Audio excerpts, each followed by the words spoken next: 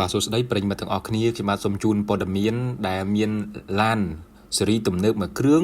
បាទជួបគ្រោះថ្នាក់ក្រឡាប់រួចក៏បុករនាំងអមផ្លូវលឿនលឿនបណ្ដាលឲ្យស្លាប់ម្នាក់ក៏ដូចជាមានរបួសធ្ងន់ស្រាលចំនួន6នាក់ផងដែរបាទដែលស្ថិតនៅក្នុងខេត្តកំពង់ស្ពឺតាមបណ្ដោយផ្លូវលឿនលឿនស្ត្រីវ័យចំណាស់ម្នាក់គឺបានស្លាប់ភ្លាមនៅកន្លែងកើតហេតុនិងមនុស្សប្រុសស្រីក្មេងចាស់ចំនួន6នាក់ទៀតគឺថារងរបួសធ្ងន់និងស្រាលខណៈដែលរថយន្តស៊េរីទំនើប Mark Long Cruiser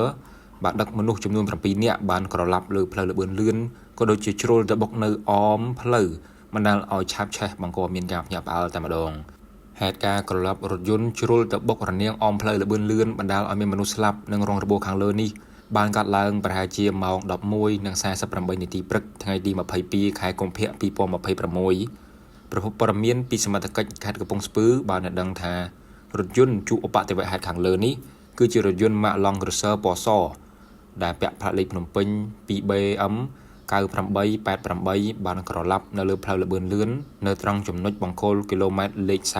34ទៅលេខ35ស្ថិតនៅក្នុងភូមិកំណាប់សង្កាត់ស្វាយក្រវ៉ាន់ក្រុងចំការមនខេត្តកំពង់ស្ពឺដោយប្រភពពីសមត្ថកិច្ចខេត្តកំពង់ស្ពឺក៏បានបន្តថារថយន្តខាងលើនេះបានបើកបរតាមបណ្ដោយផ្លូវលឿនលឿនពីទិសខាងលិចទៅទិសខាងកើតលុះពេលធ្វើដំណើរមកដល់ចំណុចកាត់ហេតុខាងលើក៏បានរេចង្កូតបណ្ដាលឲ្យរថយន្តនោះក្រឡាប់រួចក៏បុករនាំងអមផ្លូវបណ្ដាលឲ្យឆាបឆេះតែម្ដងធ្វើមានការភ្ញាក់ផ្អើលជាខ្លាំងដល់បងប្អូនប្រជាពលរដ្ឋដែលធ្វើដំណើរលើផ្លូវលឿនលឿននោះ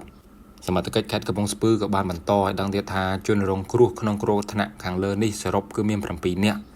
ដែលខ្ញុំបាទមិនបាច់រៀបរាប់ឈ្មោះនោះទេដោយ6នាក់មានទីលំនៅក្នុងភូមិ3សង្កាត់2ក្រុងបរសៃនុខេត្តបរសៃនុនិងម្នាក់ទៀតគឺភេទស្រីបាទដែលស្លាប់នោះគឺអាយុ48ឆ្នាំដែលរស់នៅក្នុងភូមិបាជ័យឃុំសណ្ដានស្រុកសណ្ដានខេត្តកំពង់ធំ